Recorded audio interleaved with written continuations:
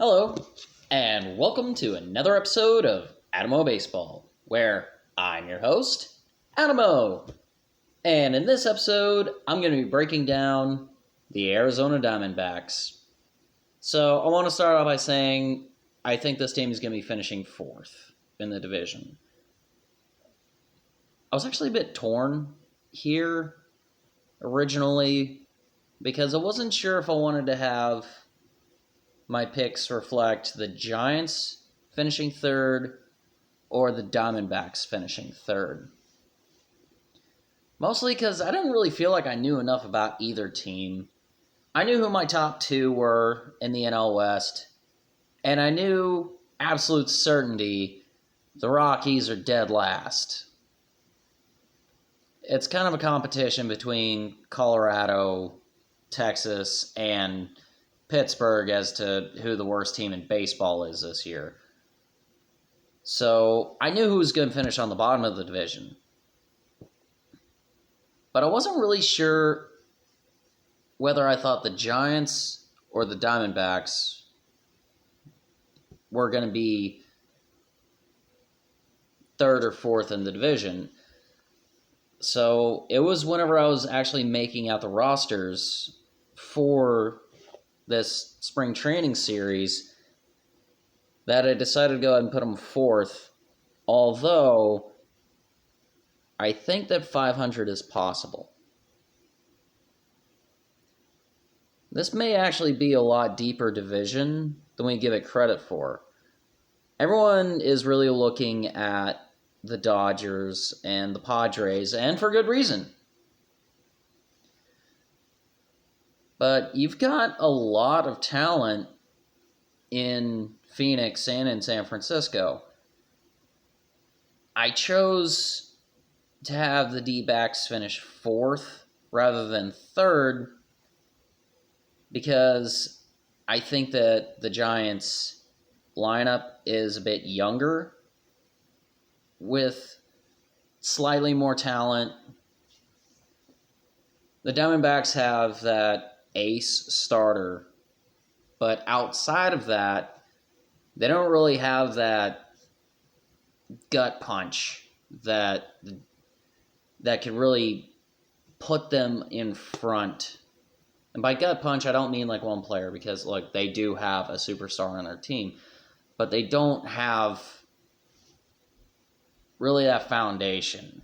At least not yet. I think that they can build that. I just think that they're not quite there yet.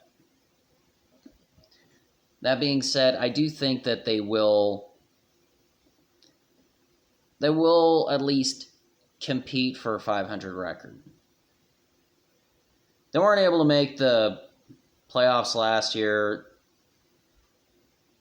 and honestly, they probably shouldn't have. And I don't think that they're going to compete in that regard. But I do think that there are at least some players here that can make Arizona interesting going forward. Now that I've gotten all that out of the way, let's go ahead and get started with the lineup. Leading off, Cole Calhoun, right field. So his batting average isn't necessarily as high as you would necessarily like for a leadoff hitter. His on-base percentage is about 340-ish, which isn't bad, but it's not exactly great. That's lifetime. He does draw a lot of walks, and he doesn't strike out a ton, but he does strike out a bit more than you'd necessarily like. But he does have a lot of hits. He actually does hit a pretty decent amount, especially whenever he has a full season to work with. So, not a bad leadoff guy. Not necessarily, he's no Mookie Betts. But he certainly works for what they have, and if they do try to build a winner in Arizona, he actually could be a part of that. Batting second, Kettle Mart, center field. Okay, this is their hitting all-star. Though he's only made the all-star game once. I actually looked it up. 2019, that was the only time he made the All-Star game. It was actually kind of surprising that he only made that once. He had 35 home runs that year. No other years he really been that slugger, but he's proven that he can be, and if he can replicate that, 2020 notwithstanding, then you could be looking at a superstar there in center field. Batting third, David Peralta, left field. Notice how the top three guys in the lineup are the three guys in the outfield. Just throwing that out there.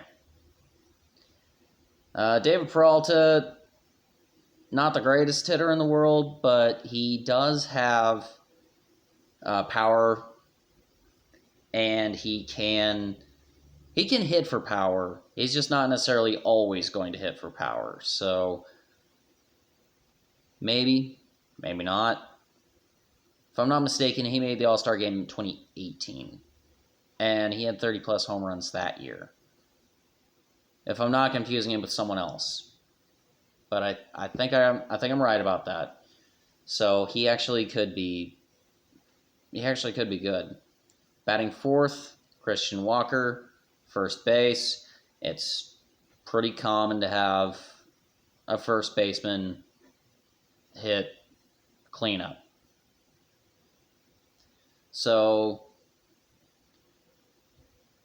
yeah, I legitimately had to dig into Google so that I could find him. And honestly, there's not really a lot to go on. So, hey, if you're a first baseman, you're hitting cleanup, there's a reason for that. Batting fifth, Eduardo Escobar, third base. He's been around a while. So he's had some good years and he's had some bad years. Truth be told, you don't know which side of him you're going to get. So they're catching him near the end of his career, probably. I don't think that he's going to retire necessarily anytime soon, but he's only going to be starting for a couple more years, and that's probably about it for him. Though, whenever he's on top of his game, he certainly is capable of being 5 in the lineup. Batting sixth, Asdrubal Cabrera, second base. He normally plays third.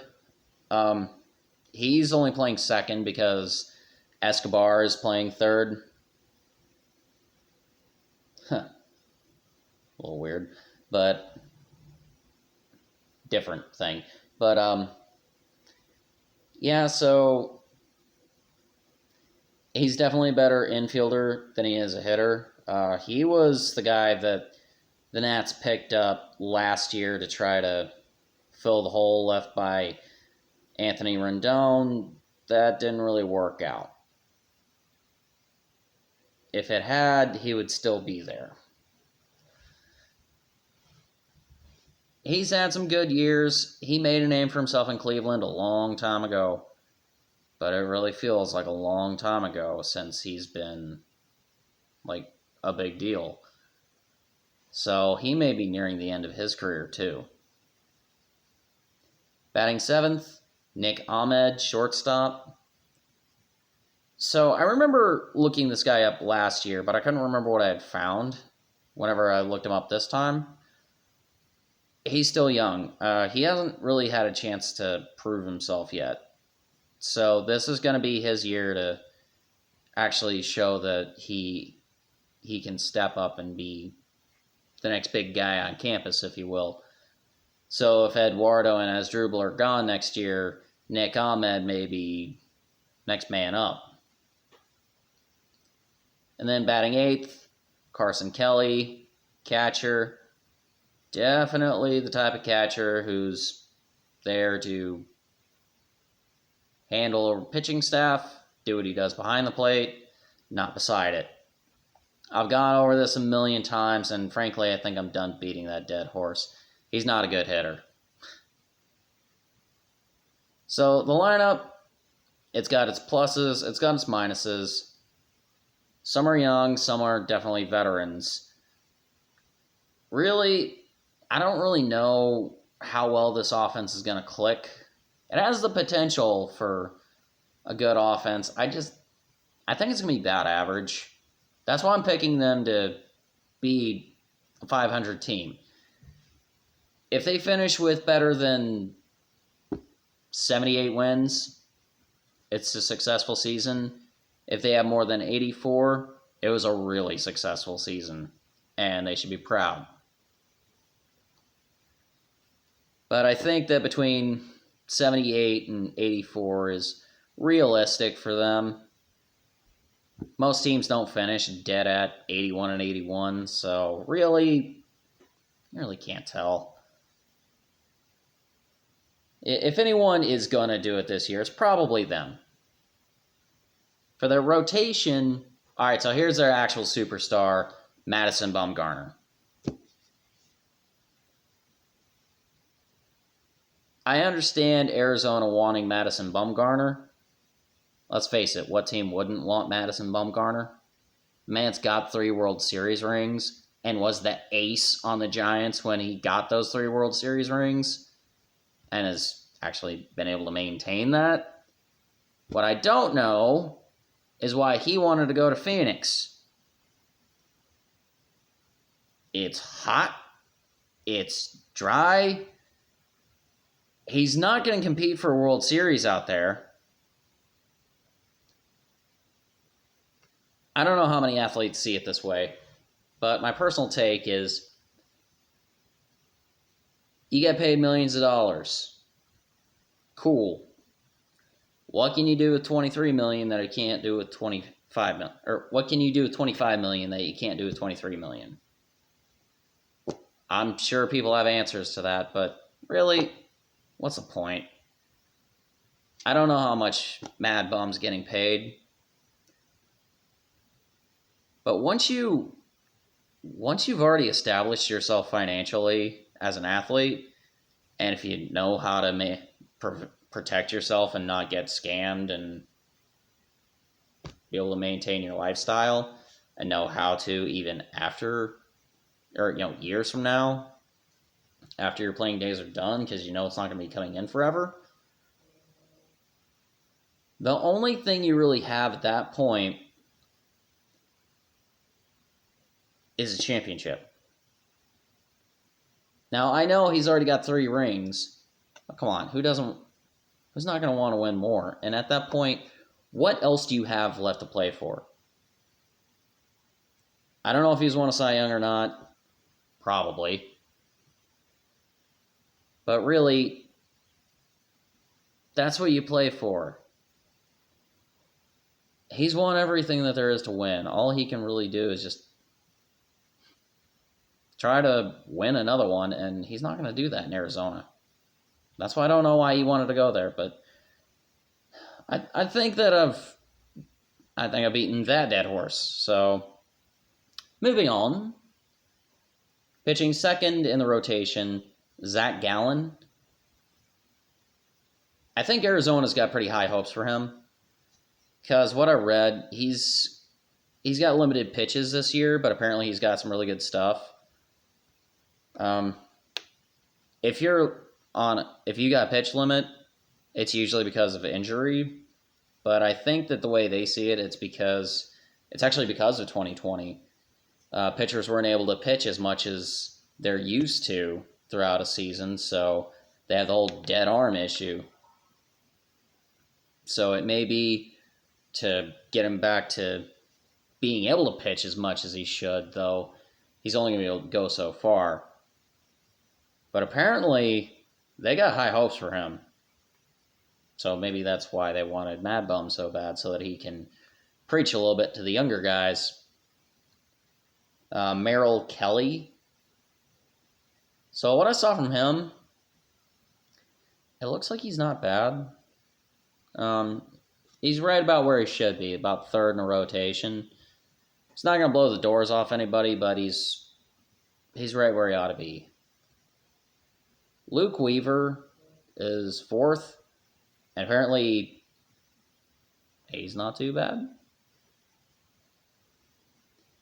And then pitching fifth, Caleb Smith. He's barely pitched at all.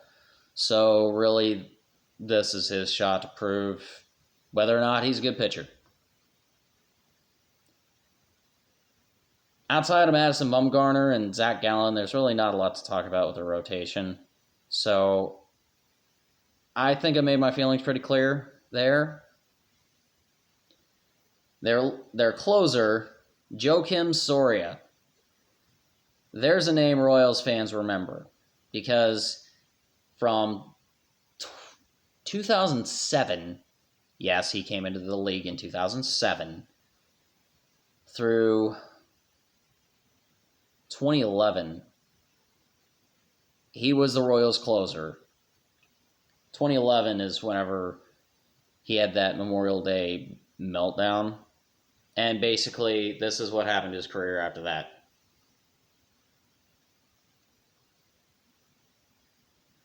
He could have a great year. He could have a terrible year. You don't know what's coming next. And this is his 15th year in the league. So we really don't know what to expect. Personally, I'm not optimistic. As for the rest of the bullpen, you got Stefan Crichton, Tyler Clippard, and Kiuri Mella. Tyler Clippard has also been pitching since 2007. He's been a little more consistent than Soria, though not by a whole lot.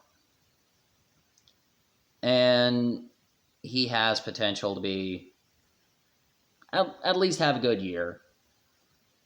He's not going to be the next Andrew Miller, if for no other reason than he just doesn't have enough years left in him. But he's not bad. Stephen Crichton and Kiuri Mella actually do show promise for being really good. So the D-backs actually do have a pretty good bullpen. And going forward,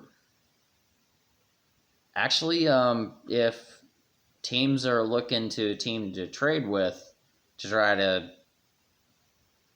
win a division or even championship going forward this year, they may be looking to Arizona to try to pick up a bullpen guy. Don't be surprised by that.